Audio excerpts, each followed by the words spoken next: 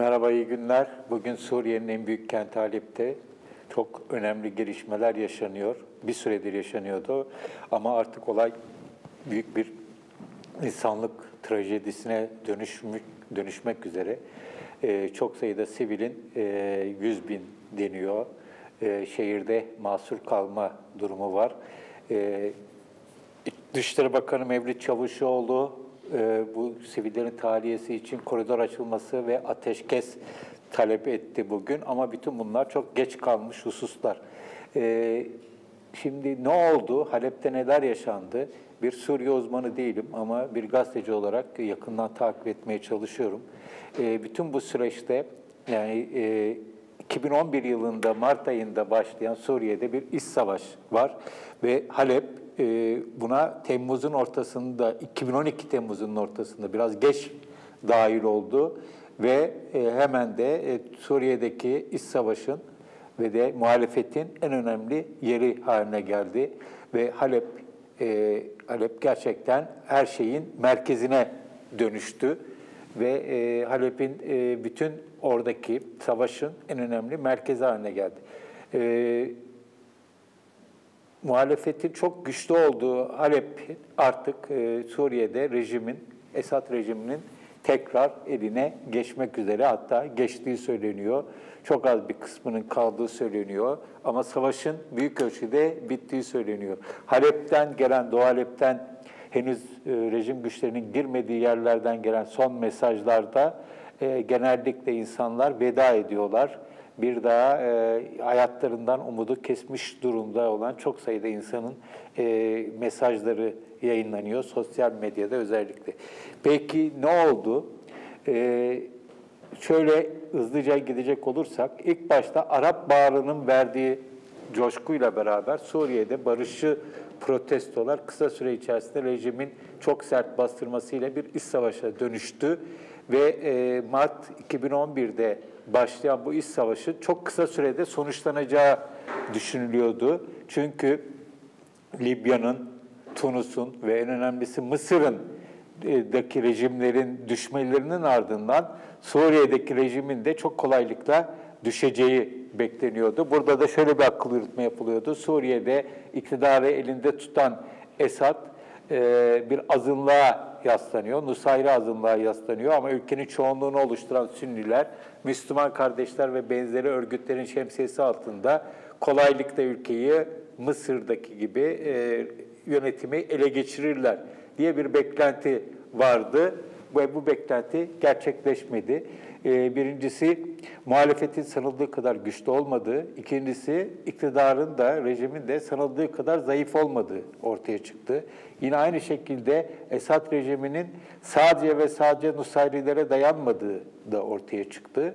Ama bir başka önemli husus da Suriye'nin yıkılmasına bölgede İran'ın ve yine bir ölçüde bölge sayılabilir ama büyük bir güç olarak Rusya'nın izin vermeyeceği, yani sonuna kadar Suriye rejiminin yanında yer alacağı ortaya çıktı.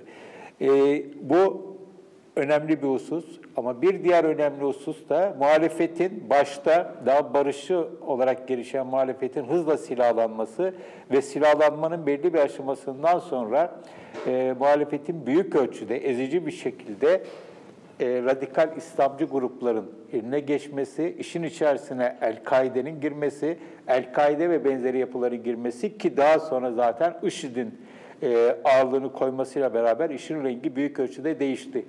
Şöyle değişti, özellikle IŞİD'in ortaya çıkmasıyla beraber, IŞİD'in Suriye'de çok ciddi bir şekilde varlık göstermesiyle beraber dünyanın dört bir tarafında sosyal medya üzerinden özellikle IŞİD'in vahşet ve dehşet görüntüleri yayılmaya başlandı ve radikal İslamcı gruplar zaten El-Kaide'ye karşı, ki El-Kaide'nin Suriye'deki uzantısı Nusra Cephesi biliyoruz ve diğer grupların da onlara çok yakın olduğunu biliyoruz. Hepsi olmasa bile büyük bir kısmının. Batı'da Esad rejimini tercih etmeye doğru bir yöneliş oldu. Yani Esad rejimini ne olursa olsun yıkma beklentisi, rejimin kolay kolay yıkılamayacağı ortaya çıktıktan ve yıkılırsa yerine gelebilecek olanların ürkütücülüğüyle, korkutuculuğuyla beraber Esad'a yönelik, rejime yönelik çok ciddi bir hareket gelmedi. Muhalefete en büyük desteği veren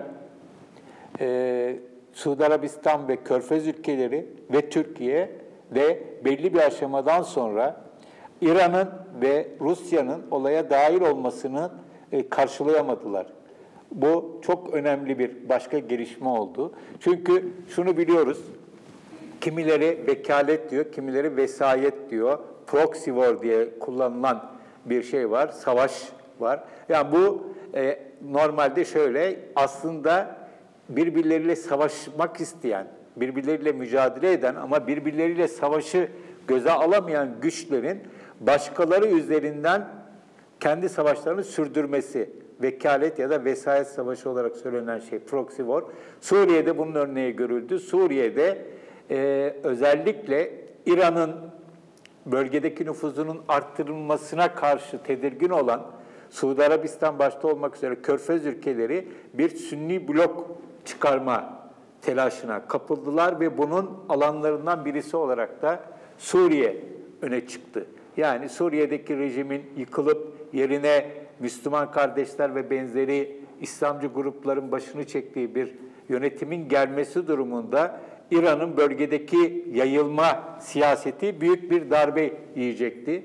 Türkiye uzun bir süre mezhepler üstü bir pozisyon almış olmasına rağmen Suriye rejiminin kısa sürede yıkılabileceği zannıyla, ki o dönem Ahmet Davutoğlu'nun bu konuda çok bir dahili vardır, müdahil olması vardır. Bu mezhepler üstü politikasını bırakıp Suudi Arabistan ve Körfez ülkelerinin ortaya çıkarttığı blok içerisinde yer alır bir konuma geldi. Ve o ana kadar iyi olan İran'la ilişkilerini de ciddi bir şekilde tehlikeye attı. İran'la ilişkileri bozulmaya başladı ve tabii ki Rusya ile ilişkiler bozulmaya başladı. Ama İran doğrudan kendi askerlerini, devrim muhafızlarını, bir de tabii ki Lübnan'daki Hizbullah güçlerini, hatta dünyanın değişik yerlerinden Şii bir takım gönüllüleri, ki Afganistan, Pakistan gibi yerlerden geldikleri söyleniyor, buraya yığarak rejime yardımcı olmaya çalıştı. Buna karşılık olarak ne oldu? IŞİD, Nusra gibi güçlerin Suriye dışından gönüllüler yığmasının önü açıldı. Ve bu anlamda Türkiye sınırlarının çok ciddi bir şekilde Suriye'ye gönüllülerin gitmesi için kullanıldığını biliyoruz. İşin rengi esas olarak 2015 Eylül sonlarında Rusya'nın savaşa bir fiil müdahil olmasıyla değişti. Rusya çok ciddi bir şekilde Suriye rejiminin yanında, özellikle hava kuvvetlerini kullanarak Suriye rejiminin yanında yer aldı. Çok önemli saldırılar gerçekleştirdi, katliamları gerçekleştirdi. Özellikle Halep bundan çok birinci derecede olumsuz bir şekilde etkilendi. Bunun karşılığında uluslararası koalisyonun Suriye'de sadece IŞİD'e yönelik hareketleri olduğunu biliyoruz. Buna IŞİD'e yönelik uluslararası koalisyonun hareketleri de sonuçta Şam rejimini ve Rusya'yı birinci derecede rahatsız eden bir husus olmadı.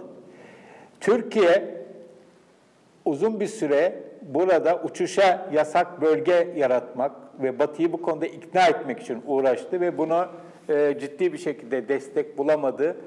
Bu amacına ulaşamadı. Dolayısıyla Suriye'de Rusya'nın da verdiği destekle beraber savaşın içerisine hava unsurlarının çok güçlü bir şekilde girmesine karşı muhaliflerin yapabileceği hemen hemen hiçbir şey olmadı. 24 Kasım 2015'te Suriye sınırında Türk Silahlı Kuvvetleri'nin, Hava Kuvvetleri'nin Rusya'ya ait bir jeti düşürmesiyle işin rengi birazcık değişir gibi oldu.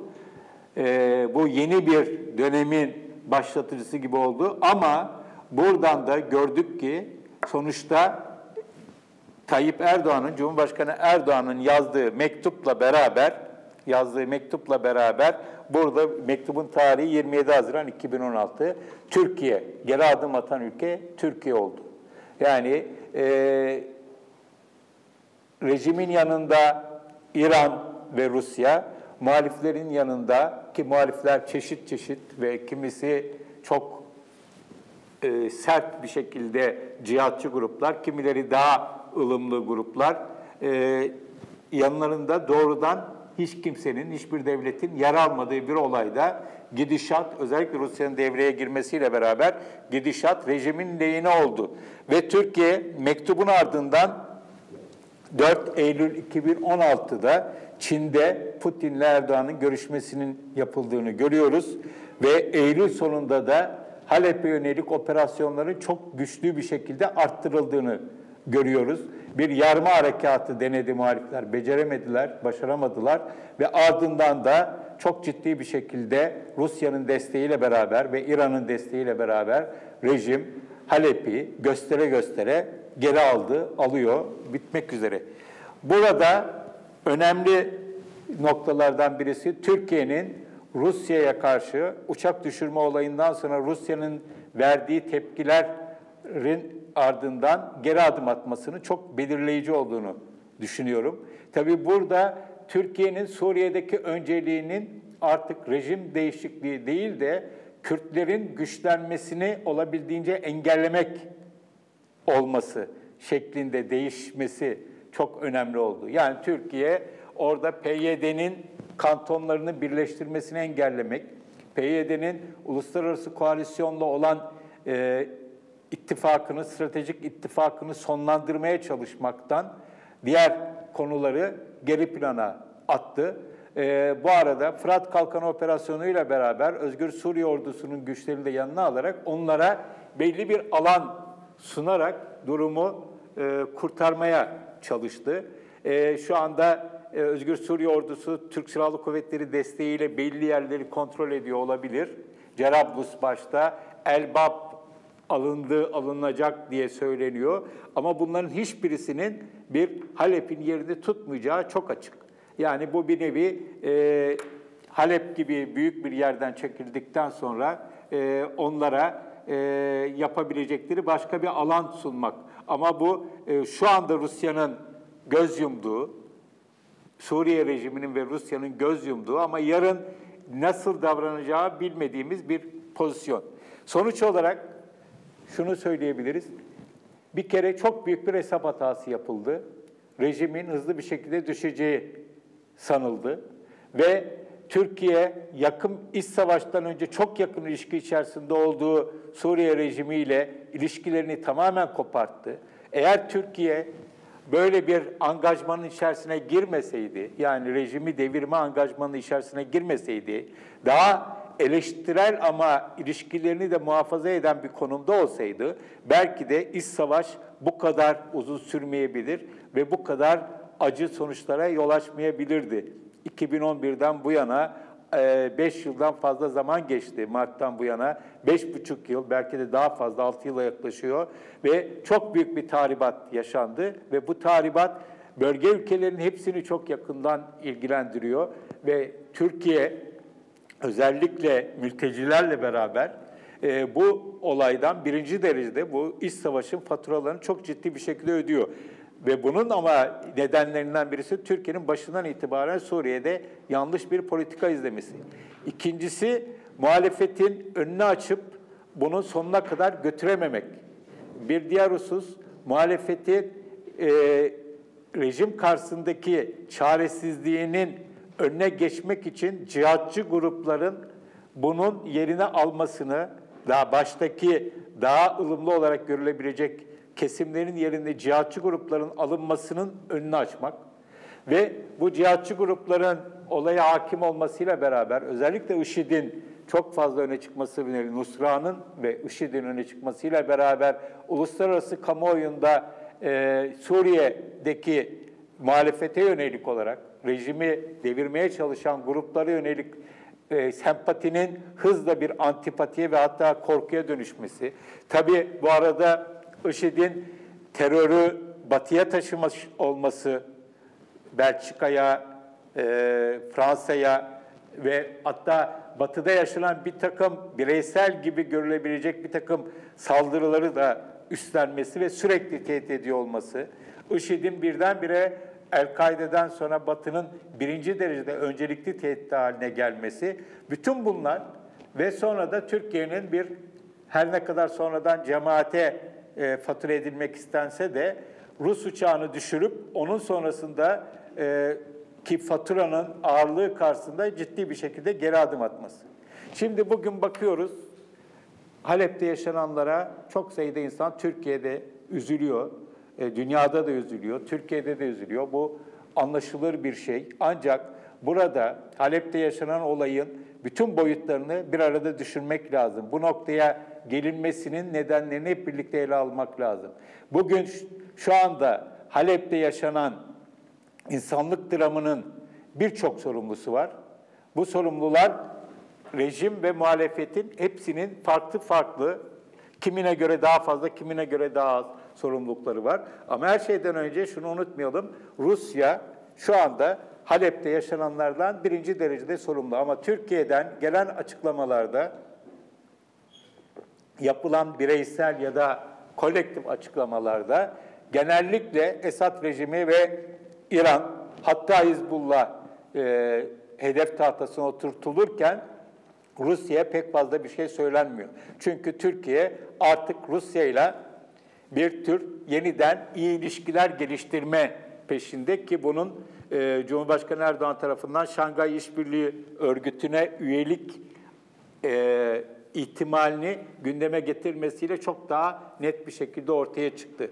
Bu inandırıcı değil. Eğer bugün Suriye'de yaşananlardan, Halep'te yaşananlardan eğer şikayet ediliyorsa, bundan birileri suçlanıyorsa muhakkak Rusya'nın da suçlanması lazım. Bence Rusya burada birinci derecede burada yaşanan insanlık dramlarından sorumludur.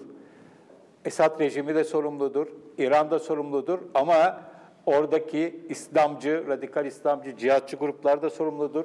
Bu cihatçı grupların önünü açıp daha sonra onları değişik stratejik hesaplar, çıkar hesapları nedeniyle yalnız bırakanlar da sorumludur. Ama her şeyden önce daha olayın başında bunun bu noktaya gelmesi, Suriye'deki muhalefetin cihatçılığa eşitlenmesi, ki cihatçılık derken IŞİD, El-Kaide ve benzerlerini kastediyorum, eşitlenmesine izin verilmesi, buna izin verenler birinci derecede sorumludur. Burada hiçbirisini bir diğerine tercih etmek gibi bir yükümlülüğümüz yok.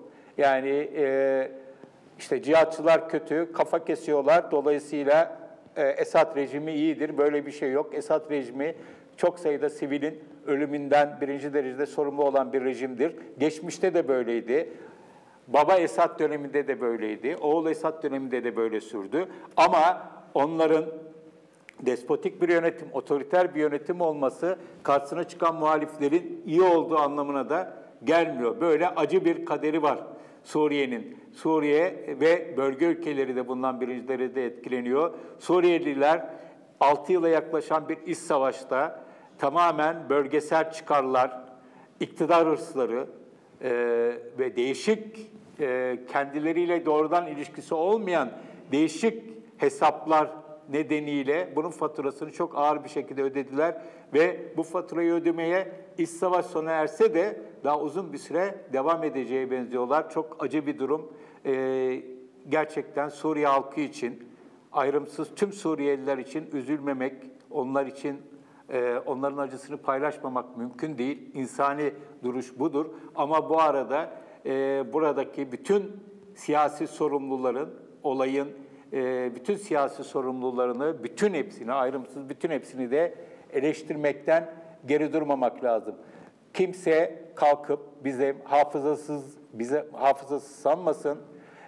Saatler veriliyordu, belki günler veriliyordu. Bu işin çocuk oyuncağı olacağı söyleniyordu ve o ilk 2011 yılında verilen demeçlerle, yapılan açıklamalarla, olayı hafife almalarla bugün çaresizce yapılan çağrılar, işte koridor açılsın vesaire çağrıları, bunları arasında dağlar gibi fark var. Tabii burada tekrar söylemekte yarar var.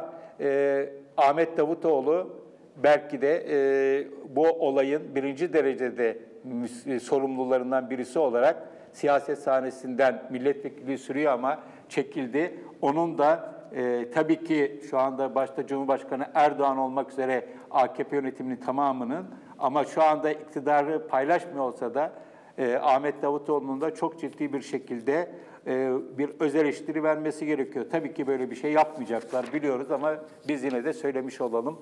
İyi günler.